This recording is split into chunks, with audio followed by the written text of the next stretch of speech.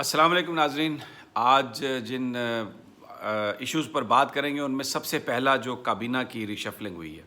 اسد عمر صاحب کا جو جانا ہے کابینہ سے، اس کی بنیادی وجہ تو عمران خان صاحب نے بیان کر دی اورکزئی کے جلسے میں کہ جو پاکستان کے لیے فائدہ مند نہیں ہوگا اس کو میں کابینہ میں نہیں رکھوں گا. اب کس طرح سے اسد عمر فائدہ مند نہیں رہے تھے؟ جو بڑے چیلنجز تھے پاکستان کے اقتصادی، ان میں ایک یہ چیلنج تھا کہ آئی ایم ایف کے ساتھ آپ نے ایک ڈیل کرنی ہے. اس ڈیل کے حوالے سے جو ہمیں پتہ چلا، ذرائع نے بتایا کہ اسد عمر صاحب نے جو بھی انفارمیشن دی عمران خان صاحب کو وہ غلط ثابت ہوئی. آئی ایم ایف کی طرف سے کڑی شرائط تھیں اور اسد عمر صاحب یہ بتاتے رہے کہ ہم اس سارے معاملے کو حل کر لیں گے. اور اب جب بالکل ہم اس ڈیل کے قریب پہنچے ہیں تو وہی بات آئی ایم ایف یہ کہہ رہا ہے کہ جناب آپ ہمیں جو سی پیک کے حوالے سے جو چائنا کے ساتھ آپ کی جو بھی آپ کے پروجیکٹس ہیں، ایک ایک کی آپ ہمیں چیز دیں، ایک ایک کی ہمیں تفصیل دیں، کیونکہ ان کا یہ کہنا ہے کہ جو ان کے آئی ایم ایف جو پیسے دے گا وہ چائنا کے قرضے ادا کرنے میں وہ استعمال نہیں ہوں گے. اور اس کی بنیادی وجہ یہ ہے کہ آئی ایم ایف کیونکہ ایک پولیٹیکل بینک ہے اور امریکہ جہاں پر سیاسی طور پر فائدہ اٹھانا ہوتا ہے، حکومتوں کو دبانا ہوتا ہے، وہاں پر آئی ایم ایف کا پیکیج آتا ہے. تو اس وقت پاکستان کے امریکہ سے جو تعلقات ہیں وہ بھارت اس پہ بہت زیادہ حاوی ہے. بھارت نے، انڈیا نے باقاعدہ لابنگ کی اور انہوں نے یہ کہا آئی ایم ایف سے کہ Pakistan financial action task force کی گرے لسٹ میں ہے، اس لیے کوئی بھی بیل آؤٹ پیکج اگر آپ پاکستان کو دیں گے، آئی ایم ایف سے یہ کہا انڈیا نے، تو وہ بڑی کلیئر وائلیشن ہوگی اور انڈیا اس کو اپوز کرتا ہے. تو اب جو آئی ایم ایف کا واشنگٹن میں جو اجلاس تھا، انڈیا وہاں پر موجود تھا. اس کے علاوہ امریکی کانگریس کے اراکین نے بھی لیٹر لکھے اپنے سیکرٹری فائنانس کو کہ وہ پاکستان کو کسی طریقے سے بھی آئی ایم ایف کی طرف سے بیل آؤٹ پیکج نہ دینے دے اور اس کی مخالفت کرے. اسد عمر صاحب یہ کہتے رہے کہ معاملات میرے کنٹرول میں ہیں اور میں چیزیں پاکستان کے مفادات کے مطابق حل کر لوں گا. یہ جو کڑی شرائط آئیں جس میں ابھی اور مزید کرنسی ڈی ویلیو کی بات ہو رہی ہے، جس میں بہت زیادہ پاکستان کے عوام پر ٹیکسیشن کی بات ہو رہی ہے، اس سے عمران خان صاحب بہت مایوس ہوئے. کیونکہ جو بیان کرتے تھے اسد عمر صاحب، جو معاہدہ آئی ایم ایف کے ساتھ ہونے جا رہا تھا، جو معاہدے کی وہ جو تفصیلات لے کے آئے وہاں سے، اس کے مطابق وہ بالکل عمران خان صاحب کی توقعات کے برعکس تھا اور جو بتایا گیا وہ اس کے مطابق نہیں تھا، جس پر عمران خان صاحب نے ان کو تبدیل کیا. دوسرے جو وزیر گئے عامر کیانی صاحب، ان کے لین دین کے بڑے معاملات سامنے آئے ہیں. مختلف فارماسیوٹیکل کمپنیز سے انہوں نے پیسے لیے ہیں. ڈریپ کے چیئرمین کی جو تقرری تھی اس میں بھی بے ضابطگی کی شکایت تھی اور کچھ فاؤل پلے کا کوئی انفارمیشن تھی. جو رپورٹس عمران خان صاحب نے بنوائی، جس میں پاکستان کے مقتدر ادارے بھی شامل ہیں جنہوں نے رپورٹس دیں، اس میں لینا دینا جو وہ تھا، بڑے گرے ایریاز تھے. اس لیے عامر کیانی صاحب حالانکہ بڑے دوست تھے عمران خان صاحب کے، لیکن ان کو انہوں نے برطرف کیا. ابھی یہ جو مرحلہ ہے یہ ابھی مزید آگے چلنا ہے. غلام سرور خان صاحب کو اس لیے تبدیل کیا گیا کہ جو گیس کے بلوں میں جو زیادتی ہوئی، لوگوں سے جو پیسے وصول کیے گئے زیادہ، اس میں بڑی ایک نااہلی نظر آئی غلام سرور صاحب کی. اور ان کے بھی معاملات ایسے تھے کہ جس میں بہت سارے گرے ایریاز تھے. لین دین کے جو معاملات ہیں اس پر ایک بڑا سوالیہ نشان تھا.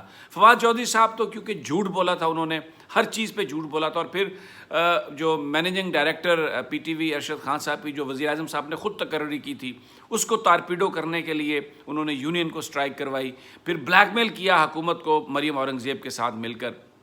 یہ بھی تاثر دیتے رہے کہ مجھے پاکستان کے مقتدر اداروں کی حمایت حاصل ہے، فوج میرے ساتھ ہے، اور اگر ٹیکنوکریٹس کی حکومت بنے گی تو اس میں میں پھر وزیر اطلاعات و نشریات ہوں گا. سیکٹری انفارمیشن کو بھی اپنے ساتھ ملایا. تو وہ جو انہوں نے کیا وہ تو عمران خان صاحب کا ایک بہت بڑا دل ہے کہ انہوں نے پھر ان سے پوچھا اور یہ وزارت جو ہے سائنس اور ٹیکنالوجی کی فواد صاحب کو دی. اب جو اور مزید تبدیلیاں ہونے والی ہیں اس میں ایک وزارت خارجہ، اس پر ایک بڑا سوالیہ نشان ہے، کیونکہ وزیر خارجہ کچھ بھی ریلیف نہیں دے سکے، پاکستان کو ریلیف نہیں دلوا سکے. مثال کے طور پہ کولیشن سپورٹ فنڈ کا ایشو ہے. پاکستانی فوج نے جو اخراجات کیے ہیں پاکستان میں، اس کی جو پیمنٹ، کیونکہ وہ الائز فورسز کے ساتھ تھی، اس کی پیمنٹ امریکہ نے روکی ہوئی ہے، وہ نہیں دی. پھر جو فائنینشیل ایکشن ٹاسک فورس ہے اور آئی ایم ایف کے معاملے پر امریکہ جو رویہ اختیار کر رہا ہے وہ بڑا سخت رویہ ہے، جبکہ پاکستان نے طالبان امریکہ کو ڈیلیور کر دیے اور ان کے ساتھ مذاکرات پر بٹھایا. تو وہ جو چیزیں ہیں وہ ایک روبسٹ خارجہ پالیسی کے لیے عمران خان صاحب اس وقت وزارت خارجہ کی جو پرفارمنس ہے اس سے مطمئن نہیں ہے. شاہ محمود قریشی صاحب کے دل سے بھی پنجاب کی وزارت اعلیٰ نہیں نکل رہی. لیکن یہ تقریباً 2 ہفتے قبل بڑی پوائنٹ بلینک بتا دیا ہے پرائم منسٹر نے شاہ محمود قریشی صاحب کو کہ بالکل عثمان بزدار کو میں تبدیل نہیں کروں گا. یہی بات چودھری پرویز الہی صاحب کو بھی بتا دی گئی ہے کہ عثمان بزدار تبدیل نہیں ہونے والا, وزراء میں تبدیلی ہوگی پنجاب کے. اور دوسری طرف جو شاہ محمود قریشی کی پرفارمنس کو مزید انہانس کرنے کے لیے کسی منسٹر آف اسٹیٹ کا بھی تقرر کیا جا سکتا ہے وزارت خارجہ میں. ایک اور جو آگے تبدیلیاں آنے والی ہیں اس میں جو نام لیا جا رہا ہے وہ فیصل واوڈا صاحب کا نام ہے, وزیر پانی جو ہیں. ان کے حوالے سے بھی عمران خان صاحب کوئی خاص مطمئن نہیں ہے, اس لیے کہ وہ انہوں نے بھی جس انداز میں چیزوں کو ہینڈل کیا ہے اور جو پرفارمنس دی ہے اس میں عمران خان صاحب بالکل مطمئن نہیں ہے. سیکریٹریز بھی تبدیل ہو رہے ہیں. پنجاب میں جو آئی جی کو تو تبدیل کر دیا گیا اور دوسرے مرحلے پہ چیف سیکرٹری صاحب کو تبدیل کیا جانا ہے. اس حوالے سے کچھ نام ہیں, اس میں جو سیکرٹری داخلہ ہیں اس وقت ان کا نام ہے, اس کے علاوہ سکھیرا صاحب کا بھی نام ہے.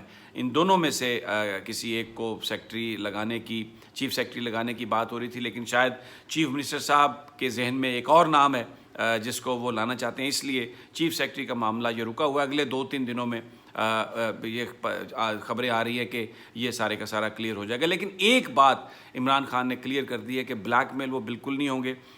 یہ بات کاف لیگ کی اصولی طور پر اب وہ ماننے کے لیے تیار ہو گئے ہیں کہ ٹھیک ہے, جو وزارت کاف لیگ کے حصے میں ہے اس میں جس کو بھی کاف لیگ نامینیٹ کرے گی اس کو وزیر بنا لیا جائے گا. تو اس بات کا امکان ہے کہ مونس الہی کو وزارت دے دی جائے گی اور پھر شاید ہو سکتا ہے وزارت ہاؤسنگ ان کو دی جائے.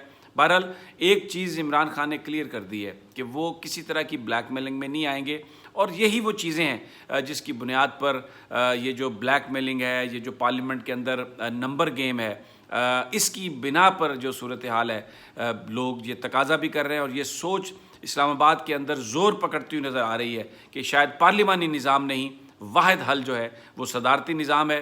اور اگر اس حوالے سے جا کے آگے عمران خان صاحب کو مزید اگر کوئی تکلیف ہوئی, پیش ہوئی, کوئی پرابلم نظر آ رہی ہوئی, تو ہو سکتا ہے اس حوالے سے وہ پاکستان کی عوام کے پاس جانے کا فیصلہ کر لے.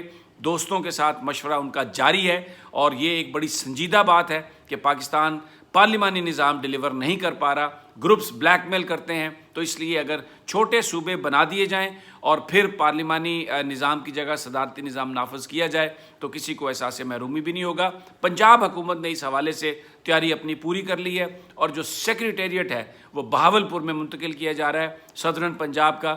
تو یہ ایک طریقے سے اس کام شروع ہو چکا ہے اور اگلے جو چند ہفتے چند مہینے اس حوالے سے فیصلہ کن صورتحال اس میں پیدا ہو سکتی ہے اور پاکستان پارلیمانی نظام کی بجائے صدارتی نظام کی طرف جا سکتا ہے.